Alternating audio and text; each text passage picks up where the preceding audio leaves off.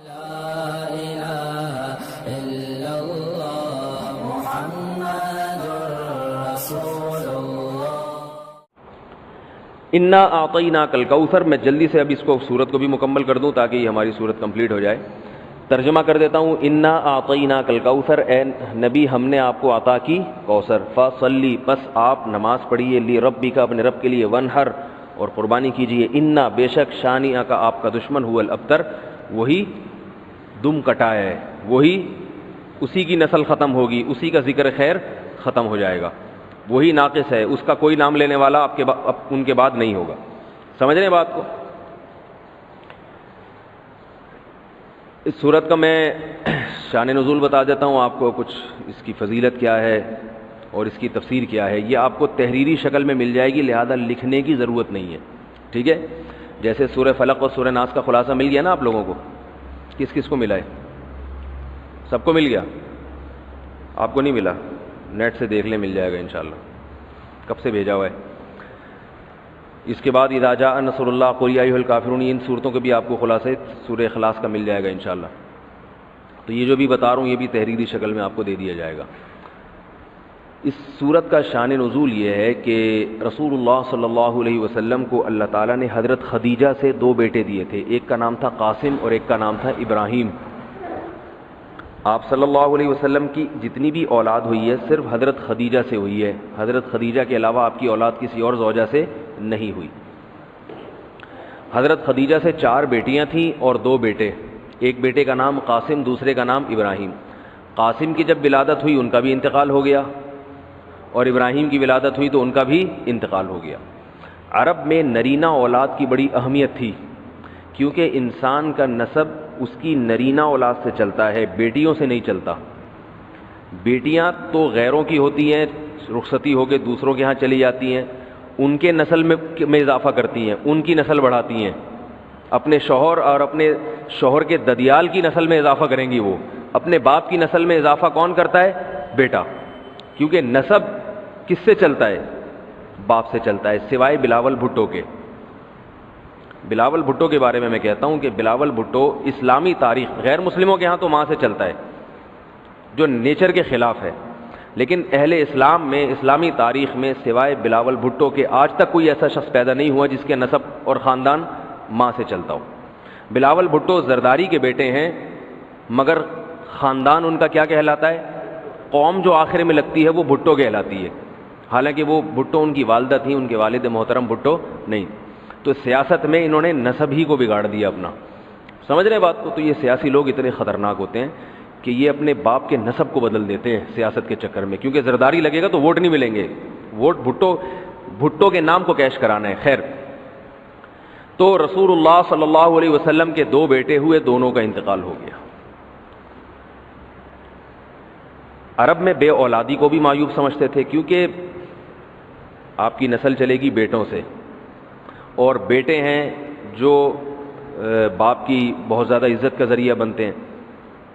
بیٹیوں کے اپنے فضائل ہیں، لیکن ظاہر ہے نسل بیٹیوں سے نہیں چلتی۔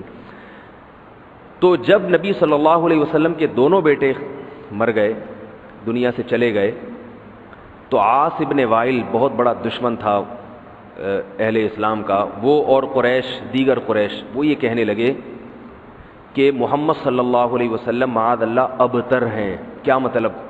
ان کی نسل ختم، اور ان کا نام لینے والا ان کے بعد دنیا میں کوئی نہیں ہوگا، کیونکہ بیٹے ہی نہیں ہیں، تو یاد کون رکھے گا؟ اولاد ہی نہیں ہے، باپ دادا کے نام کون لے گا؟ اولاد تو ہے ہی نہیں، بیٹیاں ہیں۔ سمجھ رہے بات کو؟ آپ صلی اللہ علیہ وسلم کو اس طعنے سے تکلیف ہوتی تھی، تو اس پر یہ صورت نازل ہوئی کہ اے نبی آپ کا ذکر ختم نہیں ہوگا، آپ کی روحانی اولاد بہت ہوگی، باقی اللہ نے آپ کو بیٹا کیوں نہیں دیا، یہ دیا تو اٹھا کیوں لیا، اس کی حکمت ایک اور مقام پہ بیان کی گئی ہے، وہ میں بتاتا ہوں آپ کو بعد میں۔ لیکن بتایا گیا کہ اے نبی آپ کا ذکر ختم نہیں ہوگا، بلکہ یہ جو کہہ رہے ہیں نا کہ آپ کو خیر نہیں ملی، ابتر اسے کہتے ہیں جس کے نسل میں یا جس کو، کیونکہ جس کی اولاد نہیں ہے نا اس کو یہ سمجھا جاتا ہے، اور حقیقت بھی ایسا ہی ہے کہ بہت بڑی خیر سے محروم ہو گیا، وہ بڑھاپے میں خدمت کے لیے نہیں ہے، کاروبار سنبھالنے کے لیے کوئی نہیں ہے، دین کے مشن کو آگے لینے کے لیے، چلانے کے لیے نہیں ہوگا، اور تذکرہ نسل میں نہیں ہو سکے گا تو یہ ساری بھلائیوں سے انسان محروم ہو جاتا ہے. تو نبی کو تسلی دی گئی انا اعطینا الکوثر، اے نبی ہم نے آپ کو خیر کوثر کہتے ہیں خیر کثیر کو، بہت زیادہ بھلائیاں ہم نے آپ کو عطا کر دی ہیں. کوثر سے نہر کوثر تو ہے، لیکن کوثر کا جو لغوی مطلب ہے ڈکشنری میں جو مطلب ہے وہ کیا ہے؟ اصل میں حوض کوثر کو نہیں کہتے بلکہ کسے کہتے ہیں؟ خیر کثیر. اے نبی ہم نے آپ کو خیر کثیر عطا کی ہے، جس میں کیا ہے؟ نبوت، عزت، آپ کا قیامت تک تذکرہ ہوتا رہے گا. یہ ساری چیزیں ہم نے آپ کو عطا کر دی ہیں، لہذا ان کے تانوں سے پریشان ہونے کی ضرورت نہیں ہے. ان کے نرینہ اولاد ہوگی تو بھی ان کا تذکرہ نہیں ہوگا، اور آپ کے نرینہ اولاد نہ ہو کے بھی آپ کی روحانی اولاد قیامت تک باقی رہے گی اور آپ کا تذکرہ بہت زیادہ ہوتا رہے گا. یہ خیر کثیر ہم نے آپ کو عطا کی ہے. پھر اسی خیر کثیر میں سے ایک خیر حوض کوثر بھی ہے، جس کا نام کوثر اس لیے رکھا گیا کہ وہ ایک پانی کی نہر ہے جو نبی صلی اللہ علیہ وسلم کو قیامت کے دن دی جائے گی، اور آپ صلی اللہ علیہ وسلم خود بھی اس سے پئیں گے اور اپنے امتیوں کو بھی اس سے پلائیں گے. اس پانی میں بھی اللہ نے خیر کثیر رکھی ہے. وہ خیر کثیر کیا ہے وہ ابھی انشاءاللہ میں بتاؤں گا. تو اس کا مصداق یعنی یہ آیت منطبق ہوتی ہے حوض کوثر پر بھی، ٹھیک ہے. تو یہ تو اس کا شان نزول ہے کہ اللہ نے بتا دیا کہ یہ جو آپ پر طنز اور طعنے کر رہے ہیں یہ لوگ ہیں جن کی نسل ہے ختم ہونے والی. ان کا نام لینے والا کوئی بھی نہیں ہوگا. بڑے بڑے سرداروں کے نام تو لیا جاتا ہے ان کا آج، لیکن اچھے جذبے سے نہیں لیا جاتا. ان کا نام برائی کے طور پہ لیا جاتا ہے. یہ تو اس صورت کا ہو گیا شان نزول. اس صورت کی فضیلت کیا ہے؟ حدیث میں آتا ہے، صحابہ کہتے ہیں کہ ہم بیٹھے ہوئے تھے رسول اللہ صلی اللہ علیہ وسلم کے ساتھ مسجد میں. آپ صلی اللہ علیہ وسلم پر ایک دم کچھ غنودگی سی طاری ہوئی، بے ہوشی کی کیفیت طاری ہوئی جیسے وحی میں ہوتی تھی. تو اس کے بعد جب آپ صلی اللہ علیہ وسلم بالکل بیدار ہوئے ہیں، نارمل حالت میں آپ صلی اللہ علیہ وسلم آئے ہیں تو بڑے خوش تھے، اور آپ صلی اللہ علیہ وسلم نے اس صورت کی تلاوت کی.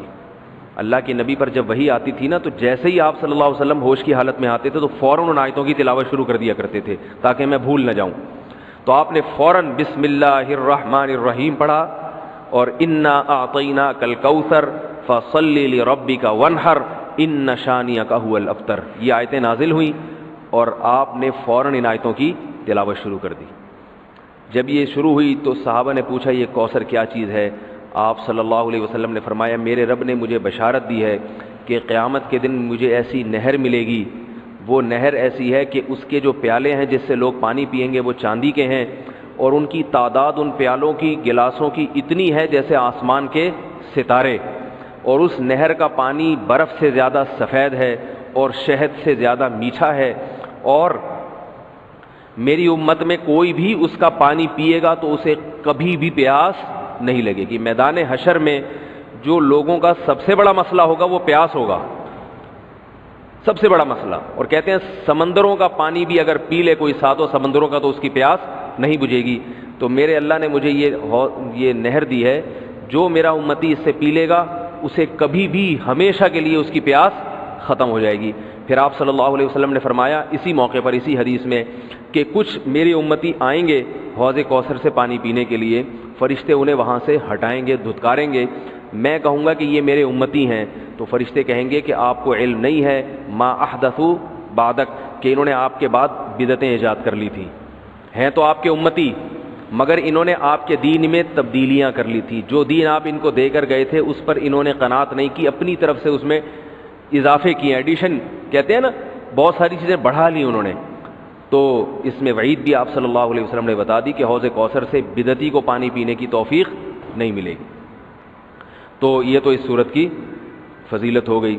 اب اس صورت کے مضامین کیا ہیں، تفسیر کیا ہے اس کی، اس کے اسباق کیا ہوتے ہیں، یہ انشاءاللہ پھر وقت چونکہ ہمارا پورا ہو چکا ہے یہ اگلے لیکچر میں سورہ ماعون کے ساتھ.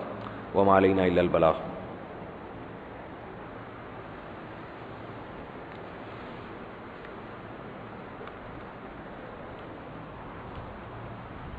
لاؤ بھائی برگر اور کولڈ ڈرنک وغیرہ کا بھی انتظام ہے.